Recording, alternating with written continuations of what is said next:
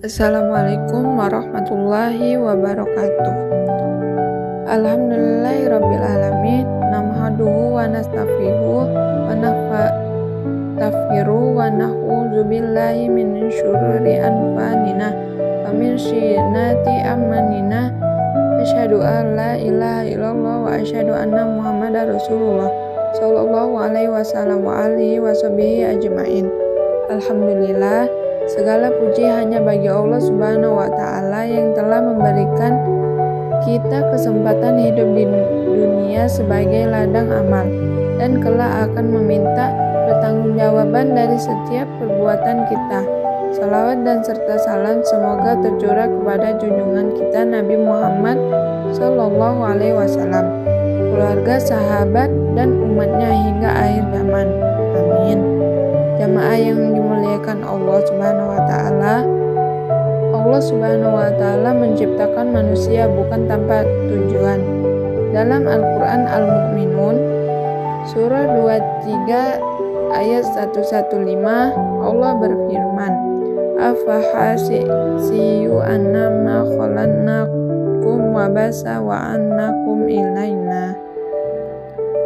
Maka apakah kamu mengira bahwa kami menciptakan manusia main-main tanpa tujuan dan bahwa kamu tidak akan dikembalikan kepada kami? Menurut tafsir Al-Misbah, Quraish bisa menjelaskan bahwa ayat ini menegaskan hidup manusia bukan mainan tetapi amanah besar. Dunia hanyalah tempat sementara untuk membuktikan ketaatan kita kepada Allah Subhanahu wa Ta'ala, dan setiap amal akan diperminta pertanggungjawaban. Setiap langkah, setiap kata, dan setiap perbuatan yang kita lakukan di dunia ini memiliki konsekuensi. Kehidupan ini adalah ladang amal di mana kita menanam benih untuk dipanen di kemudian hari. Konsep pertanggungjawaban adalah inti dari ajaran agama dan mengingatkan kita bahwa tidak ada satupun perbuatan yang luput dari catatan, baik yang terlihat maupun tersembunyi. Pertanggungjawaban di dunia terkait dengan interaksi kita dengan sesama manusia dan lingkungan, korupsi, ketidakjujuran, dan perbuatan zalim lainnya tidak hanya merugikan orang lain tetapi juga merusak ketaatan masyarakat. Hukuman di dunia, baik itu berupa sanksi hukuman maupun sanksi sosial, adalah cerminan dari pertanggungjawaban, namun pertanggungjawaban yang paling hakiki adalah pertanggungjawaban di akhirat. Dan dalam konsep pertanggungjawaban, manusia adalah hal yang fundamental.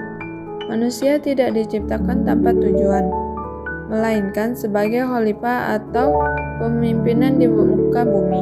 Tanggung jawab ini mencakup segala aspek kehidupan, mulai dan menjaga alam, beribadah kepada Allah sehingga berinteraksi dengan sesama manusia secara adil, dan beretika. Seluruh tindakan baik yang besar maupun kecil akan diminta pertanggungjawabannya.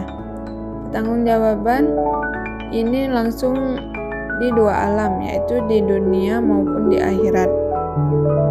Di dunia, di pertanggungjawaban diwujudkan melalui hukum dan moral orang yang melakukan kesalahan dan menghadapi konsekuensi sosial seperti sanksi hukum dari negara atau penguncilan dari masyarakat.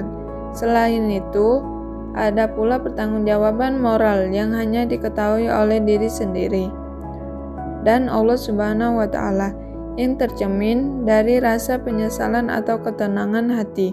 Namun, pertanggungjawaban terbesar terjadi pada akhir itu manusia akan dihadapkan pada pengadilan Allah, yaitu Yaumul Hisab, di mana seluruh amal perbuatan akan dipertimbang dan dihitung dengan seadil-adilnya, tanpa ada yang terlewat sedikit pun. Hadis tentang pertanggungjawaban berikut adalah hadis yang menjelaskan bahwa setiap kepemimpinan akan diminta pertanggungjawaban. Bismillahirrahmanirrahim. Kalamu ra'ah wa kalamu ma suwalahana rohaita. Artinya, setiap dari kita adalah pemimpin dan setiap kalian akan diminta pertanggungjawaban atau kepemimpinan. Hadis riwayat Bukhari dan Muslim. Dan dalam Quran surah Al-Zalzalah ayat 7-8 Allah menegaskan, "Famay ya'madu misqala dzarratin khairan yarah, famay ya'mu misqala dzarratin syarran yarah." Artinya, barang siapa yang menegaskan kebaikan seberat zarah, niscaya dia akan melihat balasannya, dan barang siapa yang mengerjakan kejahatan seberat zarah, niscaya dia akan melihat balasannya pula. Ayat ini menegaskan manusia agar tidak meremehkan perbuatan baik maupun buruk, karena semua akan mendapatkan balasannya. Maka jadikanlah dunia sebagai ladang amal dan memperbanyakkan kebaikan, menahan diri dari keburukan dan mengikhlaskan setiap perbuatan. Hanya karena Allah, sebab itu kelak di akhirat tidak ada penolong selain amal soleh kita sendiri. Semoga Allah menjaga amanah kita, memberikan kekuatan sehingga kita kembali kepada-Nya, kita tergolong hamba yang dimudahkan hisabnya. Amin, amin ya rabbal alamin. Semoga apa yang telah saya sampaikan dalam memberikan manfaat dan menambah keimanan kita. Sebagai manusia biasa, saya menyadari bahwa saya banyak kekurangan. Oleh karena itu, saya memohon maaf dan saya tutup kultum ini dengan membaca doa kafaratul majelis. Subhanakallahumma wa bihamdika asyhadu an la ilaha illa anta astaghfiruka wa atubu ilaik. Sekian dari saya.